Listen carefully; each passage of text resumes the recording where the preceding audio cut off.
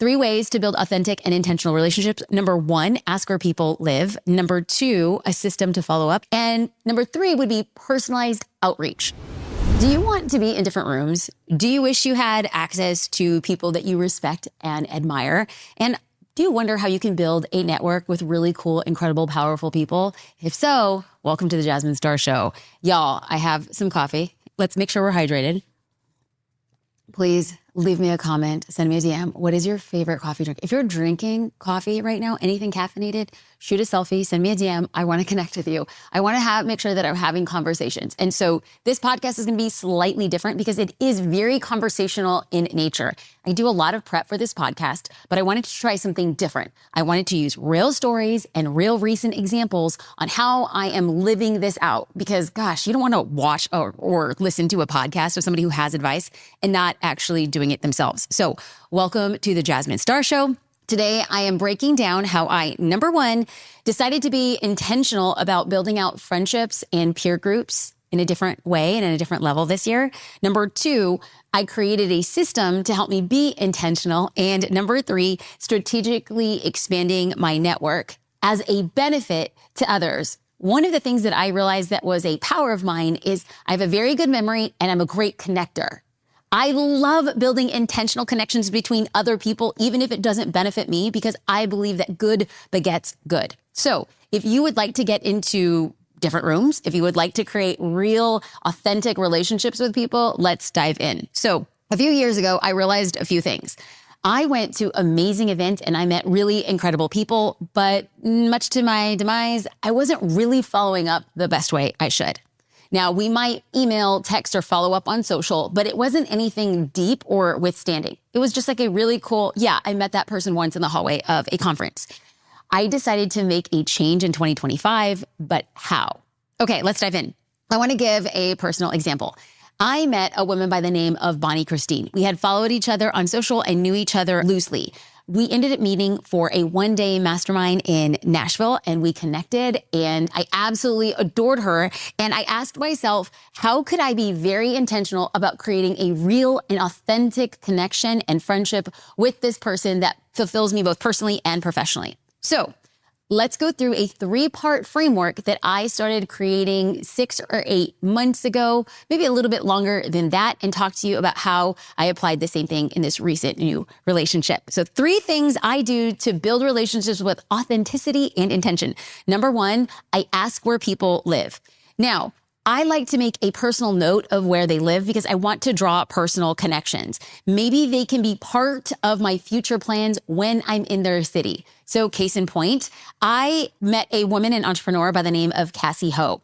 We actually went to the same college. We graduated different years, so we knew each other by way of like a college network. I met her at a business event and I wanted to get her on my podcast, but she's very, very busy. She's the CEO of Blogilates and of Popflex. And so she told me that she lived in Austin. Well, I went to the team and I like to create a Notion doc where people I want to potentially have on the podcast. And then we have a tag in Notion that lists their city so that if ever I fly into a city, I can go to Notion and I could search by city to see who I might potentially want on my podcast. This is exactly what I did with Cassey. And y'all know, if you've been following along the podcast, I interviewed Cassey. She debuted on my podcast. I think I had waited about a year to get her on my podcast. It had taken me a year to get to Austin, her city, to be able to record that podcast. It happened about 7 months after we had that in-person event. So broadly speaking, I want to know where they live, and I can create local connections if I have them. I also love knowing where somebody lives so that I can surprise and delight to build deeper relationships. How did I use this as a recent business example? There's a woman by the name of Valerie. She is in my mastermind, and Valerie was integral. She was a key player in helping another woman in the mastermind sell her business. Valerie made the introduction. Valerie vouched for both parties. Valerie was a part of how these 2 incredible companies met and how one was acquired.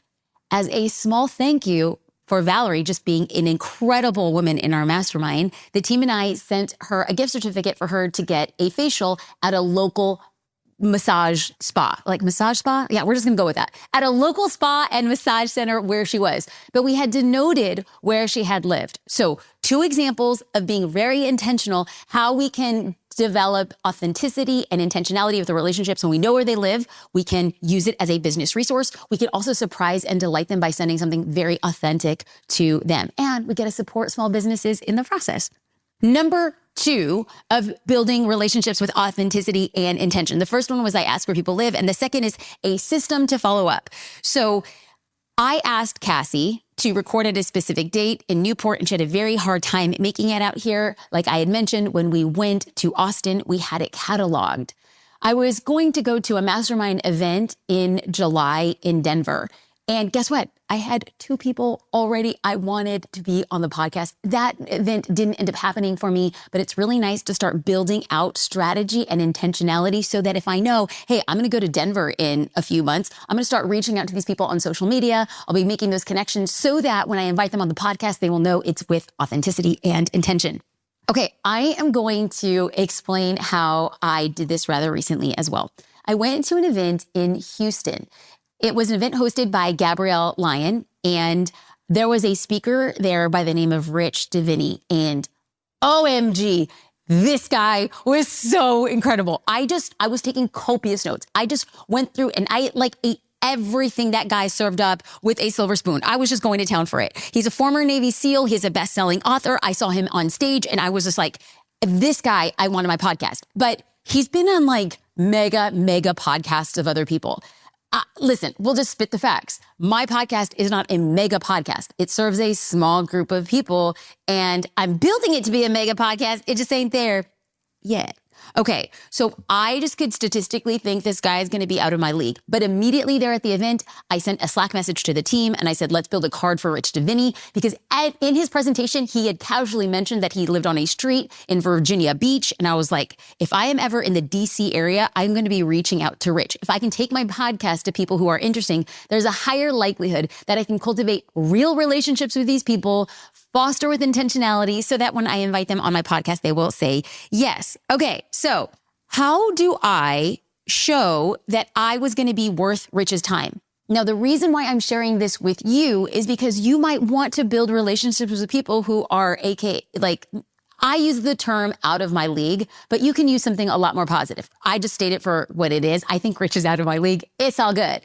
One day he's going to come. But how do I show that I was going to be worth his time? I want you to be able to follow the same thing so that you can cultivate those relationships. So number 1, I wrote a newsletter. Now, I have hundreds of thousands of people on my newsletter list. And so I wrote a newsletter highlighting what I had learned from Rich and then linked him in my newsletter.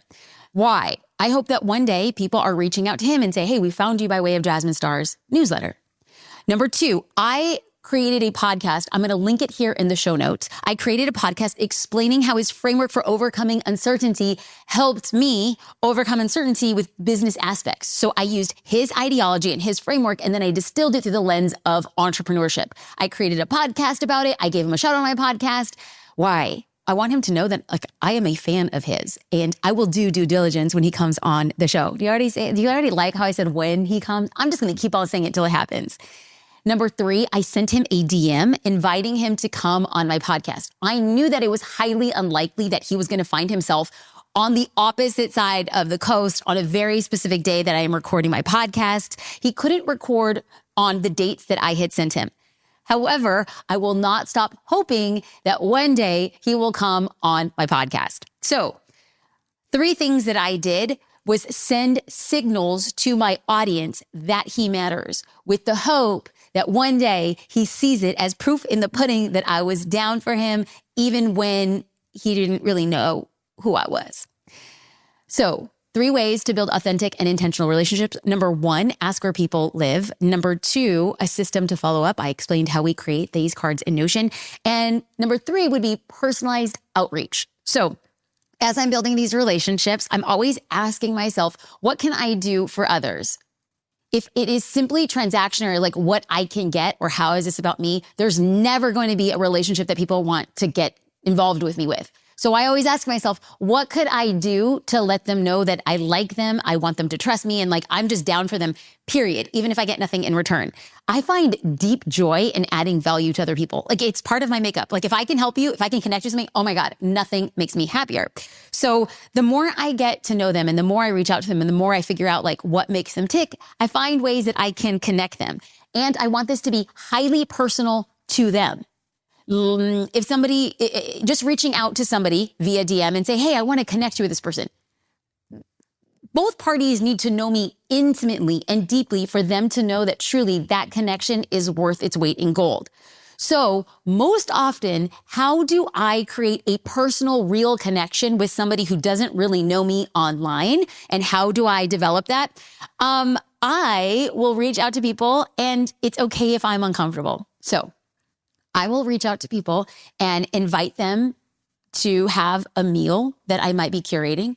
So if I get a small group of people that I know, like, and trust, and I invite somebody on the outside, I'm like, hey, I'm going to be getting together with this other really amazing group of people. I think you'd be a great fit. There's a higher likelihood that they will come because they're meeting more people in the same amount of time. Number two, I invite people to come on my podcast. I want to be very clear. Every guest on my podcast has to be a hell yes from me. If it's not a hell yes, it's a hell no. You will not find a litany of authors coming in doing a book tour. You will not find people who are there to promote their product. The people who come on my podcast are people who I am following, I am watching, I am studying, I am learning from so that I can share what I've learned from them with you. So I'll invite them out to a cool curated meal. I will invite them on my podcast, or maybe I am making a very valuable introduction to them based on something they might have said on social media. I subscribe to their newsletter. So if they said something in their newsletter, I listen to their podcast. I'm listening for what they're saying to say, hey, I'm actually in a unique position to create a connection.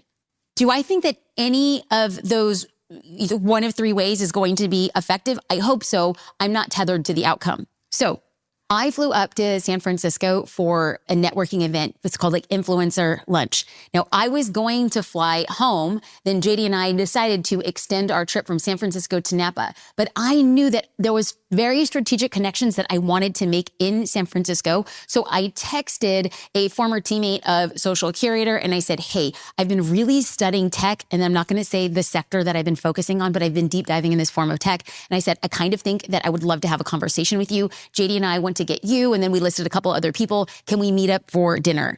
That is a way for me to use prior relationships in a much deeper way, contextualize it, and then surprise and delight. We went to this amazing restaurant. Listen, I don't care if you judge me, okay? It is an old school restaurant. I know I'm going to say the name wrong, but I think it's Karakia in San Francisco. It's Mediterranean. It's wood fired. Y'all, I don't even care. Like, the decor is old school, but that meal, they grill out this halloumi cheese and they bring it out with some hummus and vegetables. And then the guys did like rack of lamb. It was awesome. But what am I actually doing here?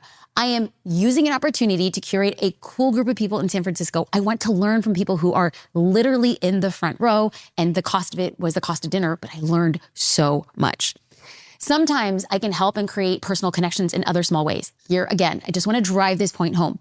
I am only sharing what I do because I want you to be able to take anything that resonates with you, internalize it, and you start building out these really cool networks of your own with authenticity and intention. So it's very powerful for me when people come on my podcast. I don't know what it is. It's like, I just am down for them. If you are a guest on my podcast, I'm gonna go to war for you.